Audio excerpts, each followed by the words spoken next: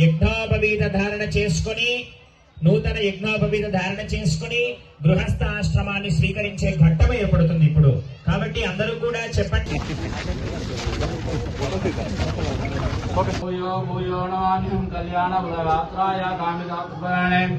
శ్రీమద్ వెంకట నివాసాయ ఏషామింద్రవర్షామో హృదయస్థో దినామః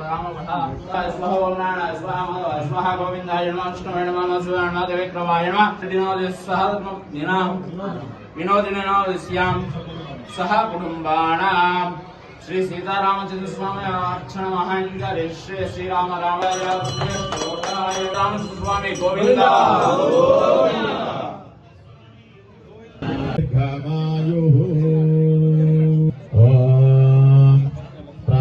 అందరూ కూడా చేతులు జోడించి